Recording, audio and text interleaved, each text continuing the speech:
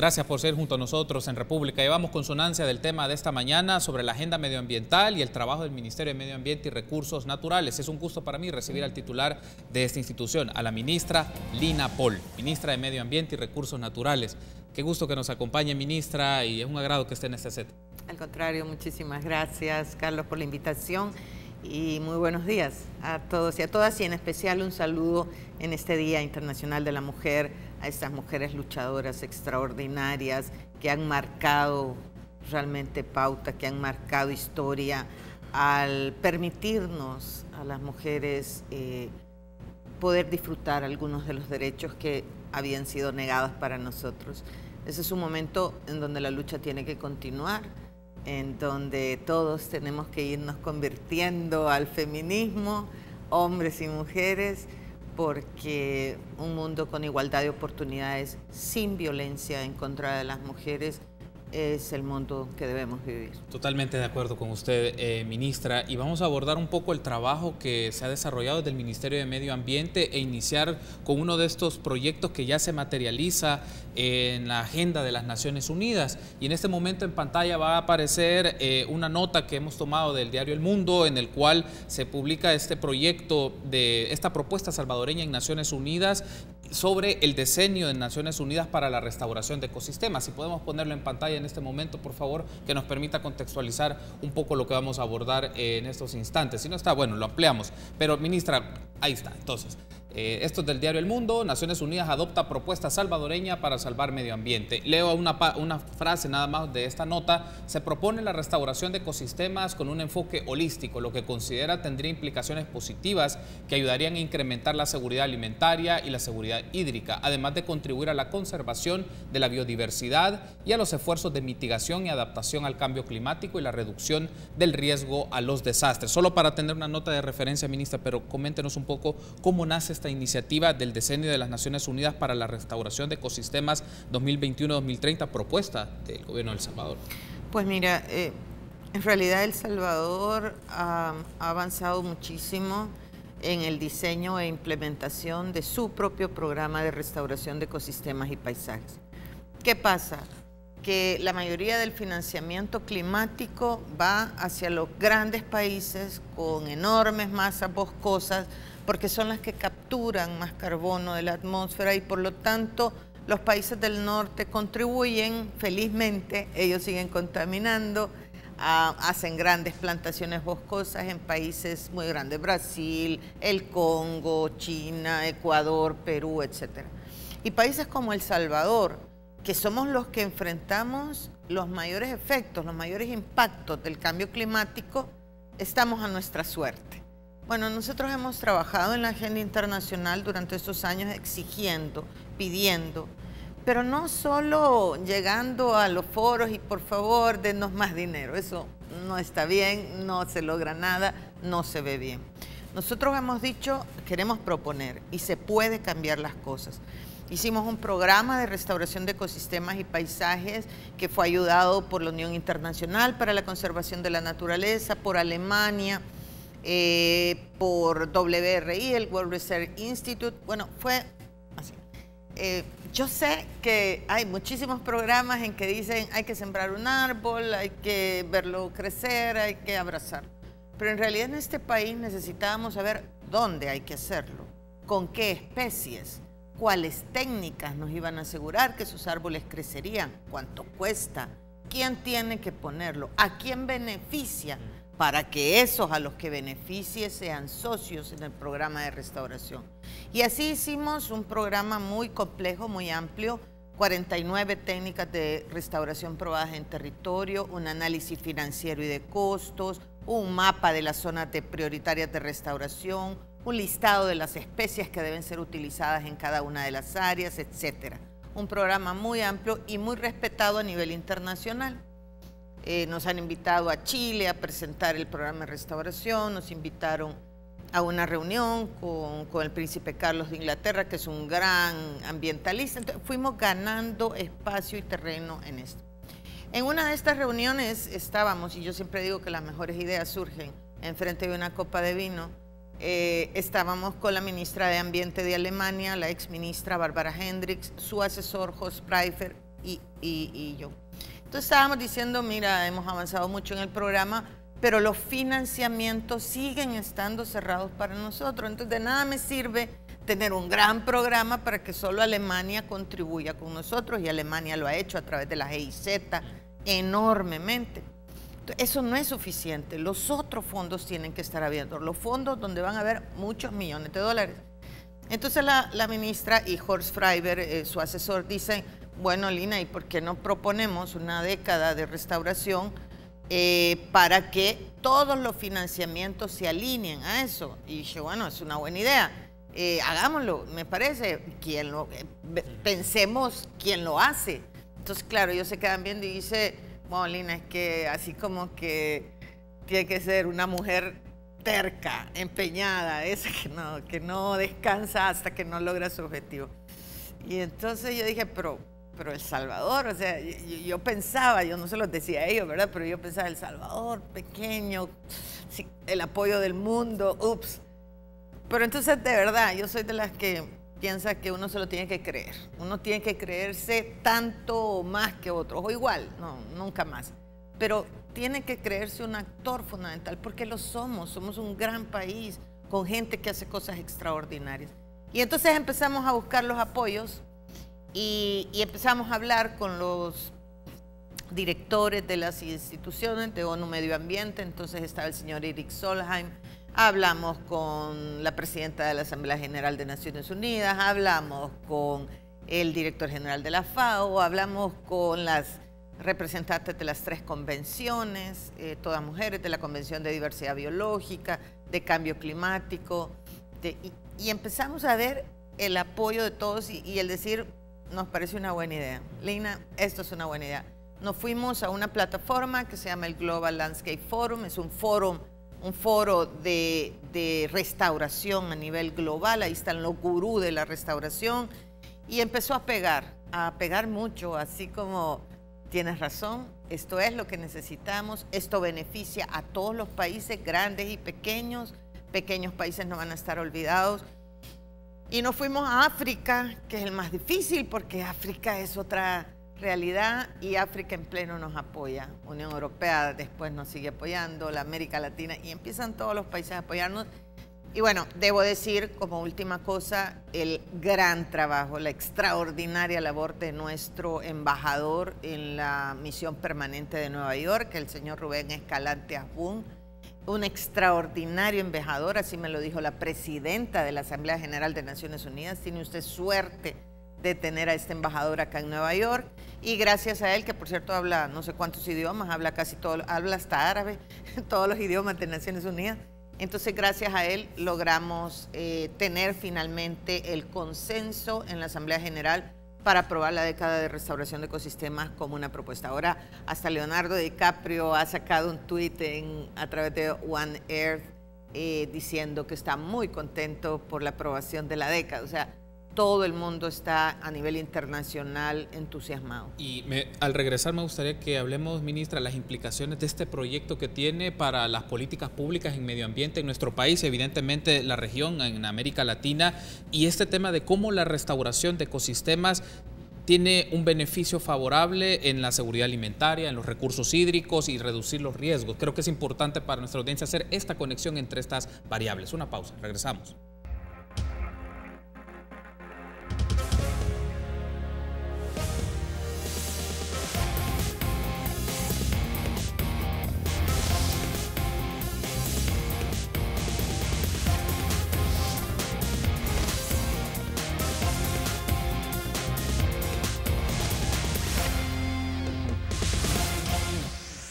Continuamos platicando con la ministra de Medio Ambiente y Recursos Naturales, Lina Pohl, de la Agenda Medioambiental y del Proyecto Decenio de las Naciones Unidas para la Restauración de Ecosistemas 2021-2030. Ministra, ahora, luego que esta propuesta fue desarrollada ante el Pleno de Naciones Unidas, aprobada, y los respaldos que usted nos describía en el segmento anterior, ¿cómo, para nuestra audiencia pueda tener claridad, cómo la intervención en restaurar ecosistemas, eso afecta de manera favorable en la vida de las personas, ya sea en el acceso al agua, en la seguridad alimentaria, en los alimentos que disponemos, pero también disminuir los riesgos y los desastres que se dan en algunas etapas o en diversas etapas del año?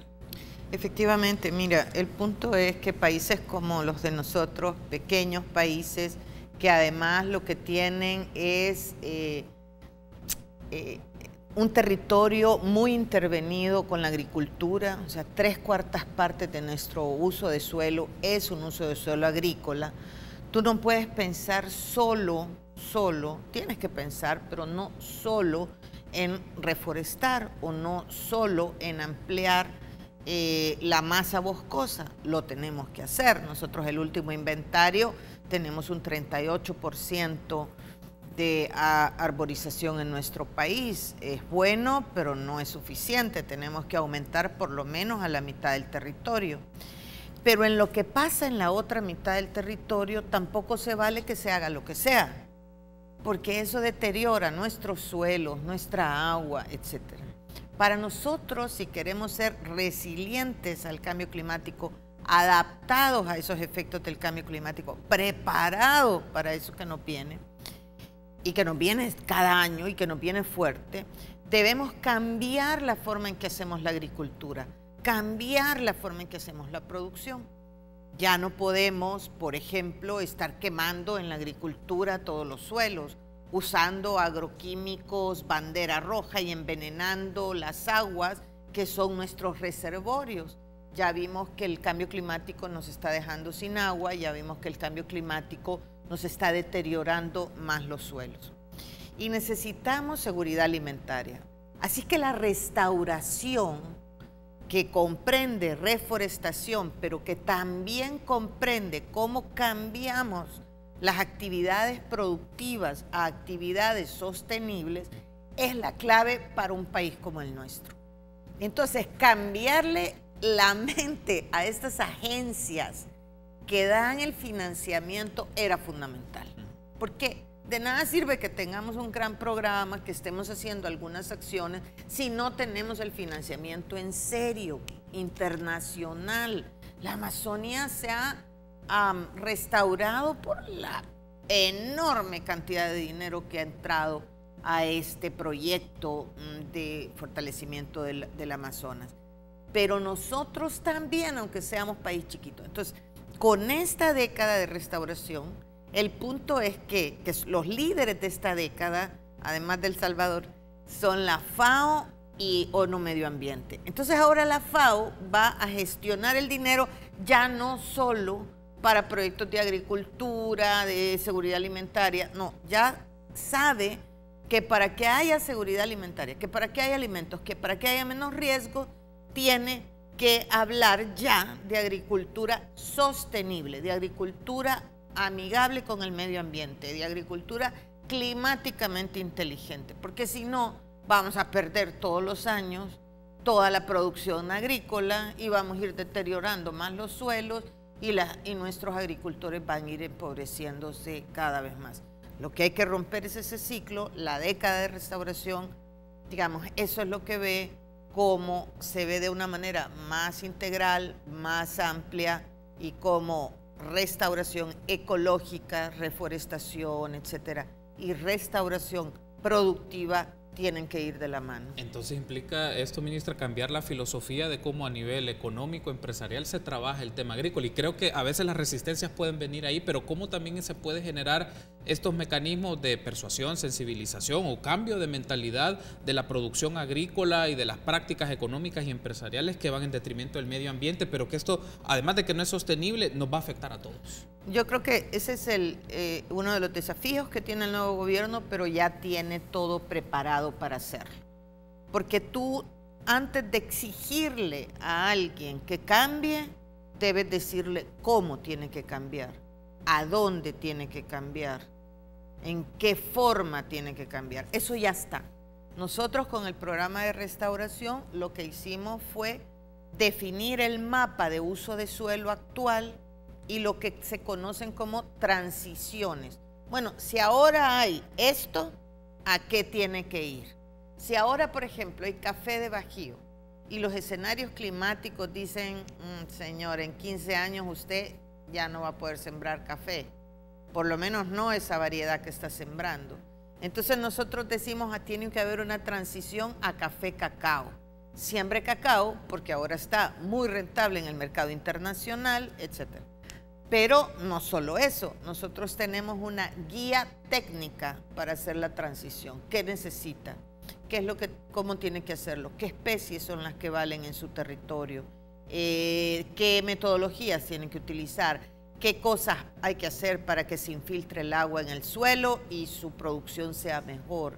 ¿Qué técnicas hay disponibles? Etcétera. Entonces tenemos una guía técnica para cada una de las transiciones. Y tenemos definido cuáles son las áreas prioritarias, por dónde empezar, porque resulta que no se puede dejar solo al productor. Hazlo, te obligo a hacerlo. Sí. Y donde hay préstamos para blandos para hacerlo, donde hay, etcétera. Ahora la banca nacional, y esperamos la banca internacional, tiene lo que se llama protocolo verde, por cierto, aprobado muy recientemente, en donde realmente van a estar disponible el financiamiento. Ministra, ¿qué le significa, ya que ha hecho la mención de esta agenda de restauración de ecosistemas para ir disminuyendo la degradación del ecosistema y sus impactos a nivel económico?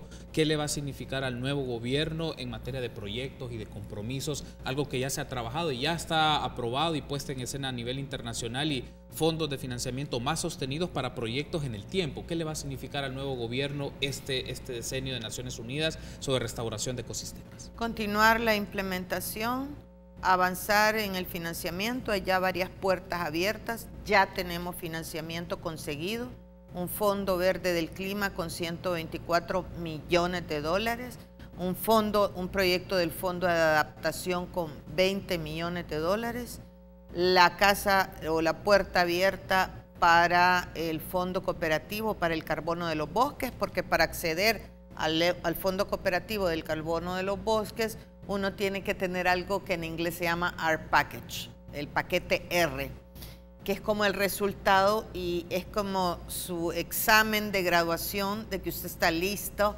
para hacer un proyecto grande para proteger sus bosques, porque antes había que hacer, no te imaginas cuánta cosa, o sea, hay países que se han tardado más de 10 años, nosotros por suerte lo hicimos en 3 años. Entonces ya tenemos todo listo para hacer esto. Yo no creo de verdad que haya forma de cambiar este programa, porque ya es un programa conocido internacionalmente, respetado internacionalmente. Que El Salvador haya liderado la década no es casualidad, no es porque les caí bien a algunos, es porque realmente hay un respeto de la comunidad internacional. Entonces cuando el ministro o ministra, este Día de la Mujer, yo digo, apuesto porque sea una mujer, tiene que ser, cuando llegue esta ministra nueva o ministro, entonces la comunidad internacional le va a decir, bueno, ¿cómo continuaste? Porque han invertido mucho, Alemania ha invertido mucho, UICN ha invertido mucho, WRI ha invertido mucho, entonces no van a dejar estos actores que caiga un programa tan importante. No me gusta cuando la gente dice no se ha hecho nada. Quitemos de nuestra mente estas cosas del todo o el nada. Si no hay todo, entonces hay nada. No es cierto, hay una serie de pasos, una serie de condiciones. Hay ya más de 150.000 hectáreas restauradas, que son la prueba que necesitábamos llegar para que nos dieran el certificado, es el paquete R o el R package, que es algo muy importante para nosotros. Entonces había que llevar, pero todo eso está, vaya, casi auditado internacionalmente. Yo sé que uno ve una tala, ve la tala del Cerro del Águila. Vamos a hablar de eso en el siguiente bloque, ya que lo ha mencionado, ministra. Ve una tala y entonces dice, aquí no se ha hecho nada, ya se perdió todo. ¿Qué importa que un estudio de la Universidad de los Estados Unidos diga que hemos en estos últimos 10 años ganado 3 veces más bosque de lo que hemos perdido?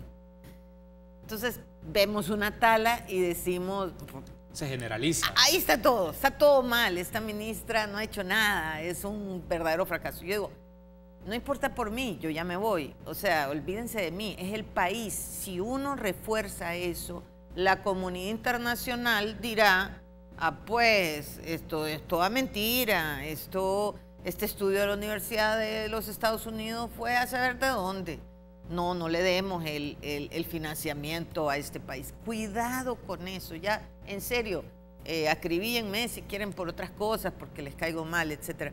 Pero cuidado, porque hay que entrar a la base de datos que tenemos disponible, a los informes que ya están disponibles. Es el país el que pierde con esas visiones del todo o el nada, o de ver una experiencia o dos o tres o cuatro que nos sirve mucho. A mí me encanta que ustedes se enojen y que haya una ira ciudadana por eso, pero cuidado con generalizar y llevar esto a otro nivel. Tengo que hacer una pausa, ministra, al regresar. Hablemos un poco de este caso del Cerro del Águila, pero más que eso, también quiero incorporar un tema que usted mencionó y creo que es importante para la siguiente administración, es la implementación de los programas medioambientales y la evaluación de los mismos y cómo estos se articulan con otros campos, agricultura, salud, educación, es decir, están involucrados, entonces es importante hacer esta mención. Regresamos en instantes.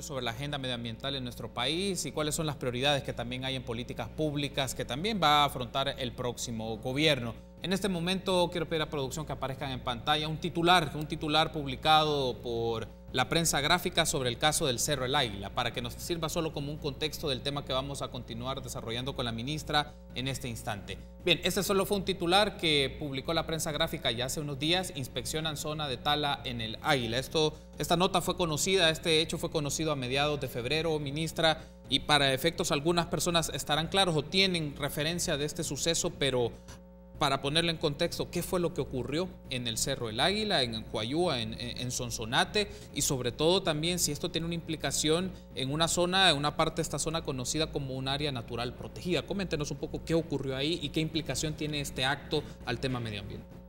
Bueno, esto es fundamental decirlo. Bueno, lo he dicho varias veces y la respuesta siempre es que esto es una excusa mía para no hacer nada. Yo siempre quiero expresar que los funcionarios nos regimos sobre la ley, o deberíamos regirnos sobre la ley. No podemos hacer nada más allá de lo que la ley determina. Entonces, esta tala ocurre en un lugar fuera del área natural protegida que nosotros tenemos ahí, fuera de la zona de amortiguamiento. O sea, cuando nosotros protegemos algo porque tiene un valor ecológico, hay un área que es el área núcleo, le llamamos nosotros, es lo protegido. Esa tierra está a nombre del Ministerio de Medio Ambiente, debidamente registrada.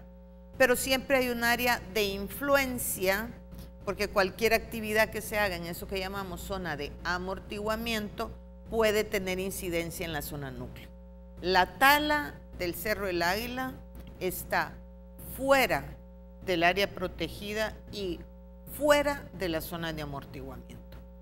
Está dentro de lo que se conoce como reserva de biosfera, que es un concepto muy importante porque la reserva de biosfera pueden también visitar en nuestra página web, ahí está el documento. Dice que hay una zona núcleo, que son las áreas protegidas, una zona de amortiguamiento, que es lo que ya expliqué, esas áreas delimitadas, y una tercera área que la conoce como zona de transición. Ahí pueden haber cualquier tipo de actividades en relación del ser humano con la naturaleza, pero deben ser acciones que se busque llevarlas, y ese es el trabajo, llevarlas a acciones sostenibles. Dentro de esto, dice el documento, se rige por las diferentes leyes y una de estas es la ley forestal. La ley forestal le da la potestad, la facultad, el mandato al Ministerio de Agricultura y Ganadería para que sea informado de las actividades o requiera permisos para la zona del manejo de los bosques, de los árboles, en estas regiones. El ministro también se rige por una ley, donde dice debe otorgar permisos para lo que se conocen como plantaciones forestales, que eso es un montón de árboles que se siembran para venderlos como madera y volver a sembrar otra vez para que vuelva a crecer el bosque, volverlos a cortar, volver a sembrar. Estas plantaciones forestales o esta madera para venderla, si se hace bien, es decir, ya las plantaciones forestales no hacen esto de cortar a raso todo un terreno, ya es muy difícil verlo. Las buenas plantaciones forestales o las plantaciones forestales sostenibles tienen el bosque y empiezan a cortar árboles de en medio para que los otros árboles crezcan más rápido, con más sol y con más amplitud, así como ellos crecen a los lados. Eso es importante que se haga. Eso es lo que tienen que verificar el Ministerio de Agricultura y Ganadería que se tenga que hacer. Pero entra a la escena siempre el Ministerio de Medio Ambiente.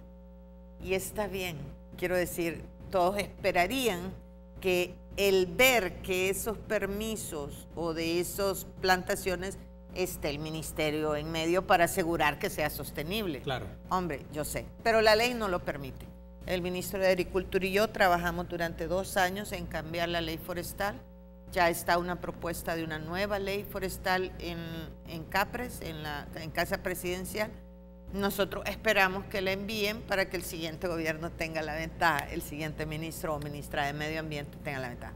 Pero no solo es suficiente tener la ley, sino tener gente también, porque con el equipo que hay en el ministerio, o sea, la dirección forestal está en el MAG, no está en el Ministerio de Medio Ambiente. Entonces, ahí hay que hacer varios arreglos, no le exijan al próximo gobierno inmediatamente que apruebe ley y que lo implemente, porque habrá que hacer algunos arreglos, pero hacia eso tiene que ir. Y este caso, uno de los puntos que platicábamos antes de entrar al aire, ministra, es también qué pasa si se hace este tipo de prácticas, aunque pueda ser en un terreno, como usted ya ha hecho la descripción, fuera del área natural protegida, en otro espacio, pero se hacen en entornos privados y la afectación que puede tener en terceros, es decir, habitantes, gente de organizaciones que han hecho señalamientos sobre esto, es porque es necesario hacer una observación de estos casos en concreto y si implica hacer cambios en los marcos regulatorios, en las prácticas mismas, porque tiene una implicación medioambiental o que puede afectar también a los recursos de esa zona.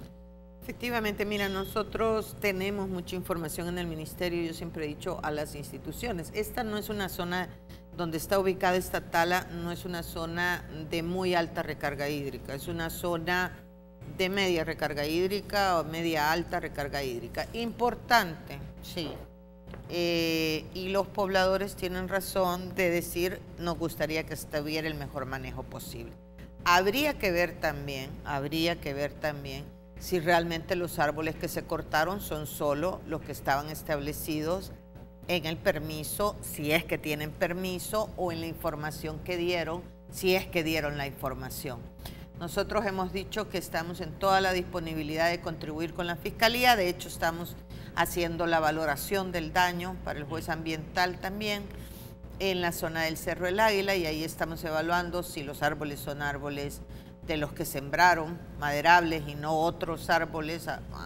La UNES y alguna gente ha mencionado en sus Twitter que eran árboles de 60 años, de 100 años. Bueno, eso es lo que queremos verificar. Aquí todo el mundo se vuelve experto a la hora de estar en las redes sociales y asume como información válida, información que no está todavía confirmada. Bueno, eso es lo que estamos haciendo ahora, evaluando todos los árboles, viendo cuál es la implicación, si se hicieron las cosas de la mejor forma. Estamos ayudando al Ministerio de Agricultura y Ganadería y al Juzgado Ambiental y a la Fiscalía a hacer las investigaciones pertinentes, y esperamos que en muy breve tiempo el informe esté determinado. Sacamos los mapas de recarga hídrica, los mapas de infiltración, etcétera, porque sobre esa base hay que hacer Muy bien, ministra, quiero darle las gracias por haberme acompañado en este espacio de entrevista. Hemos hablado de estos temas